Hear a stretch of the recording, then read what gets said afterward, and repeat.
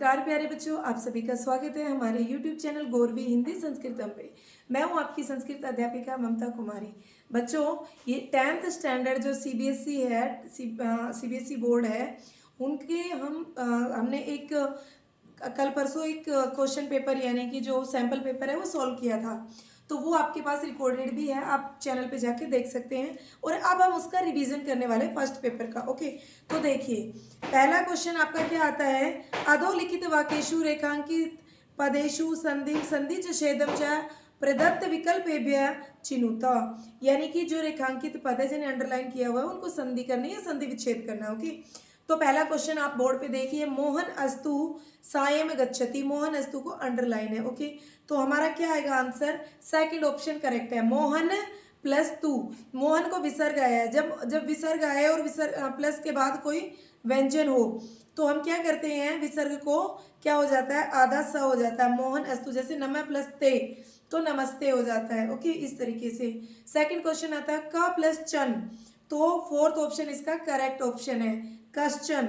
यहाँ पे जब क को भी किसी को भी जब विसर्ग रहता है, प्लस से पहले विसर्ग रहता है और प्लस के बाद जब च रहता है तो शलगम वाला श बनता है। ओके, प्लस से पहले विसर्ग और प्लस के बाद च रहता है तो शलगम वाला श ऐड हो जाता है, इसलिए बना कश्चन। ओके, थर्ड क्वेश्चन आता है सूप प्लस अंत, तो बेटा इसका फर्स्ट ऑप्शन करेक्ट है, सुबंत। क्योंकि वो क्या है, प्रथम वर्ण को तृतीय वर्ण में परिवर्तन, यानी प जो है ना, प्लस के पहले किसी वर्ग का पहला वर्ण, वर्ग क्या होता है, क ख ग घ ड़ क वर्ग हो गया, और च छ ज झ य, यानी वो जो पूरे पांच जो क्या होते हैं, वर्ण होते हैं, उनके जो पहला वर्ण होता है वो वर्ग कहलाता है। ओके, कैसे, क वर्ग में कितने वर्ण आते हैं, 5 वर्ण आते हैं। च वर्ग में कितने वर्ण आते हैं, 5 वर्ण आते हैं, इस तरीके से। ओके, तो बेटा ये जो कंस्ट्रक्शन का काम चल रहा है इसके लिए थोड़ी आवाज आ रही होगी तो इसे प्लीज इग्नोर कीजिएगा। ओके, सूप प्लस अंतपा का मैंने आपको क्या बताया कि प्लस के पहले किसी वर्ग का पहला वर्ण अगर आता है और प्लस के बाद अगर किस स्वर आता है तो वो तीसरे वर्ण में परिवर्तन हो जाता है। कौन सा वर्ण, पहला वर्ण। तो पहला वर्ण क्या है, सूप प्लस अंत। प को हम तीसरे वर्ण में परिवर्तन करेंगे क्योंकि प जो है किसी वर्ग का पहला वर्ण है, प वर्ग का पहला वर्ण है और प्लस के बाद स्वर आ रहा है तो क्या बन गया, सुबंत, प फ ब, इसलिए सुबंत हो गया। ओके, और हलंत हट जाएगा, प में ऐड हो जाएगा।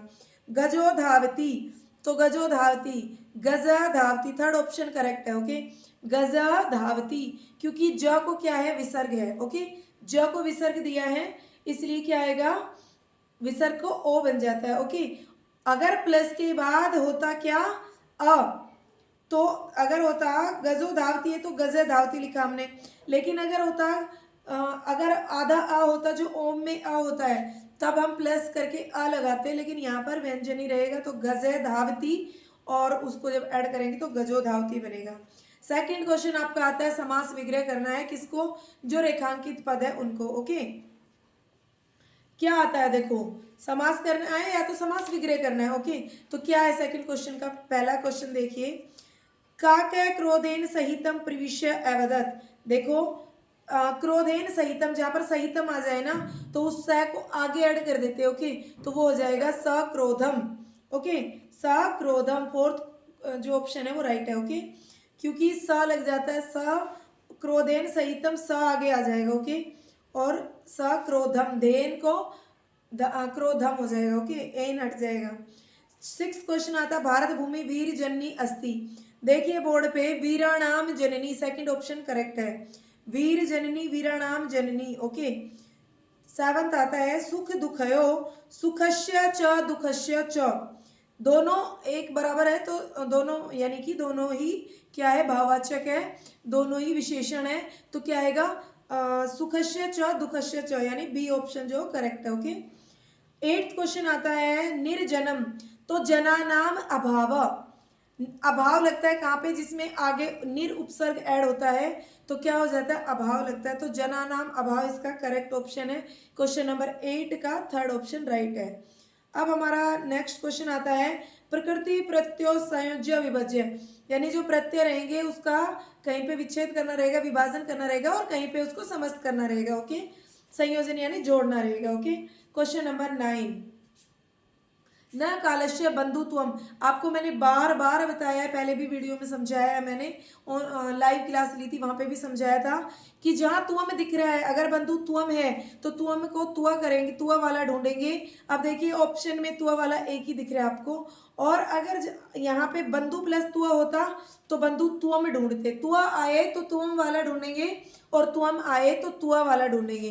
तुआ में प्रत्यय कभी नहीं होता है, प्लस करके हम तुआ ऐड करते हैं, ओनली तुआ, आधा त और व।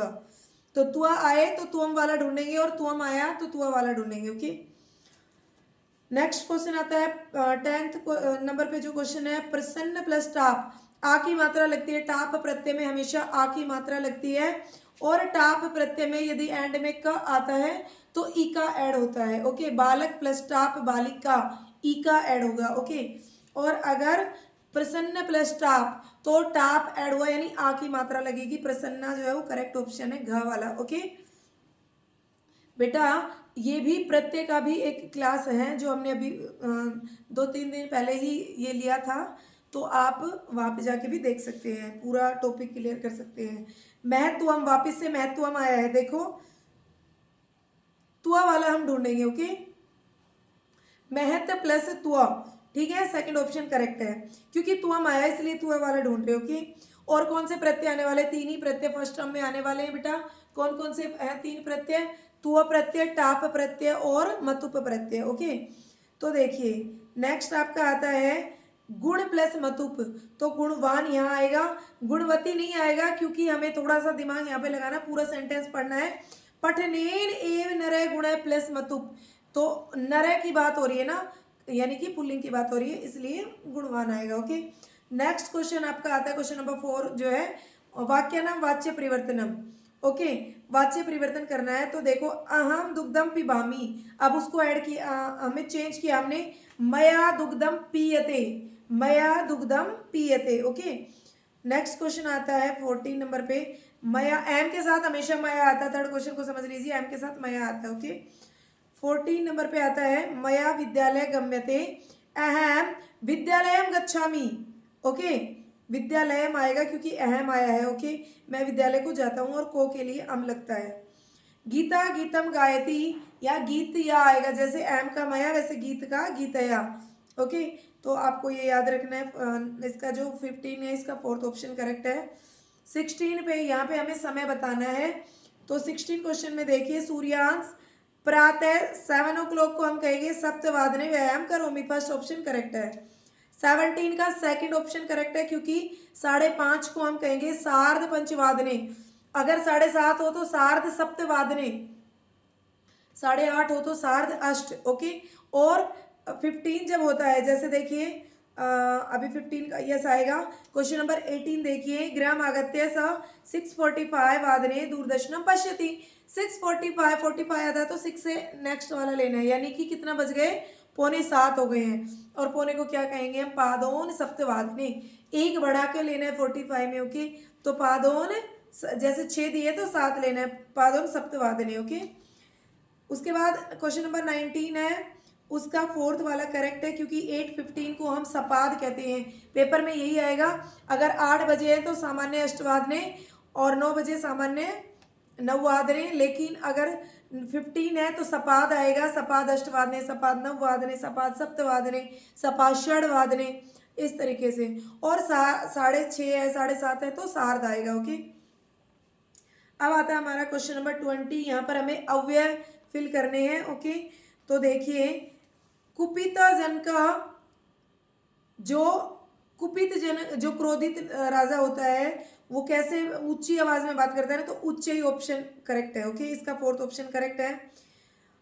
यहाँ पे देखो, और जिस जिस क्रिया के एंड में आ आता है वहां पर हम हियर प्लस करते हैं। 21 पे देखिए, अम्बा पुत्रम प्रच्छति, हियर तुम कुत्रसी, तुम के साथ आसी लगता है, ठीक है, लेकिन आ आया है एंड में, इसलिए हियर ऐड होगा, इसलिए इसका सेकंड ऑप्शन करेक्ट है। अगर आपको क्रिया में षटकोण वाला श दिखाई देता है तो अव्यय में हम हमेशा स्व फिल करते हैं। ओके, अब आता है 22, देखो, डैश मित्रम आगमिष्यति तदा आवाम खेलिशाव, याद रखना आगे तदा आया है सेंटेंस में, 22 में देखिए तो यहाँ पर यदा आएगा। ओके, 23 पे आइए, यहाँ पर शुद्ध अशुद्ध बताना है, ओके।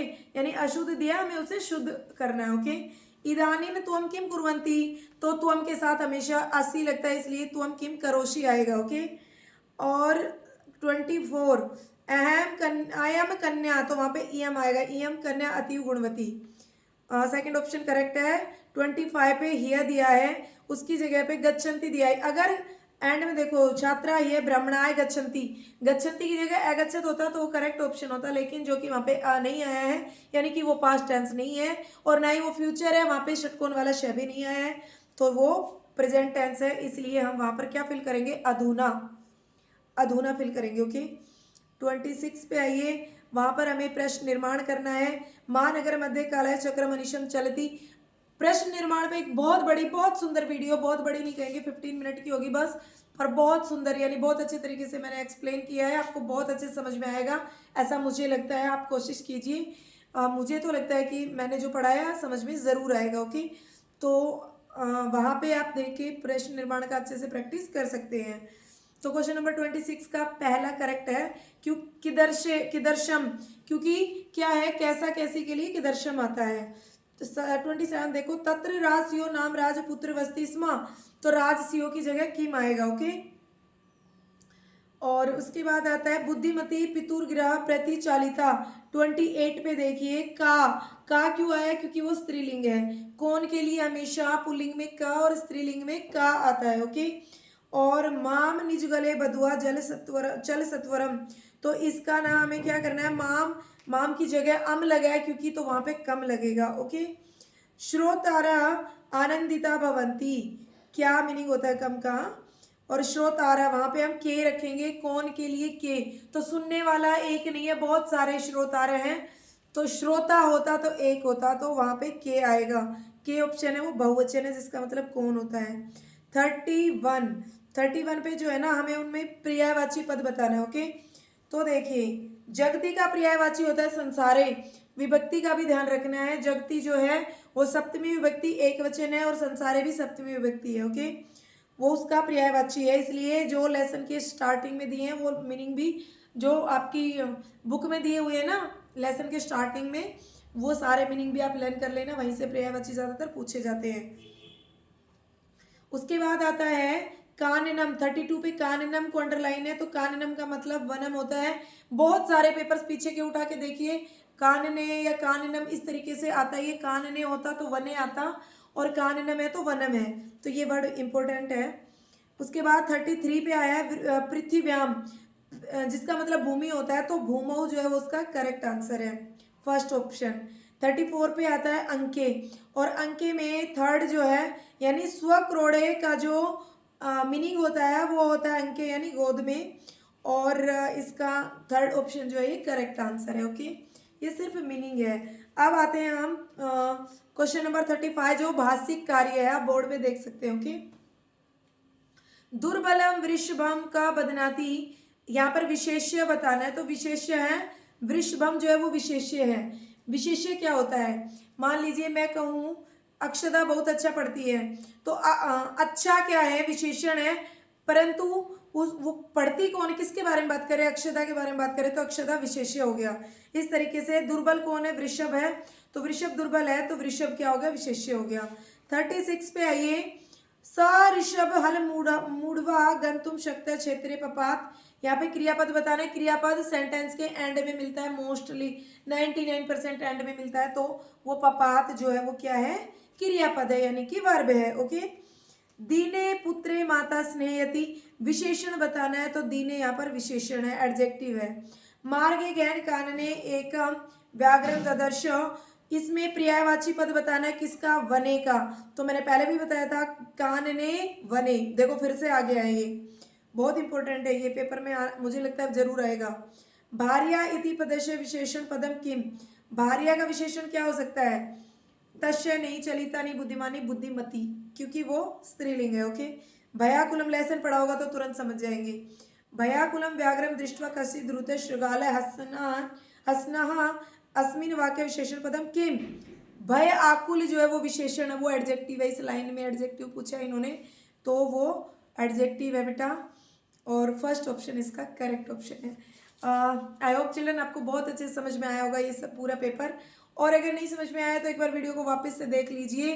पहले से भी एक है जो कि यही पेपर है, हमने एक एक क्वेश्चन को बोर्ड में लिख कर समझाया है, आप वहाँ पर जाकर भी देख सकते हैं, समझ सकते हैं।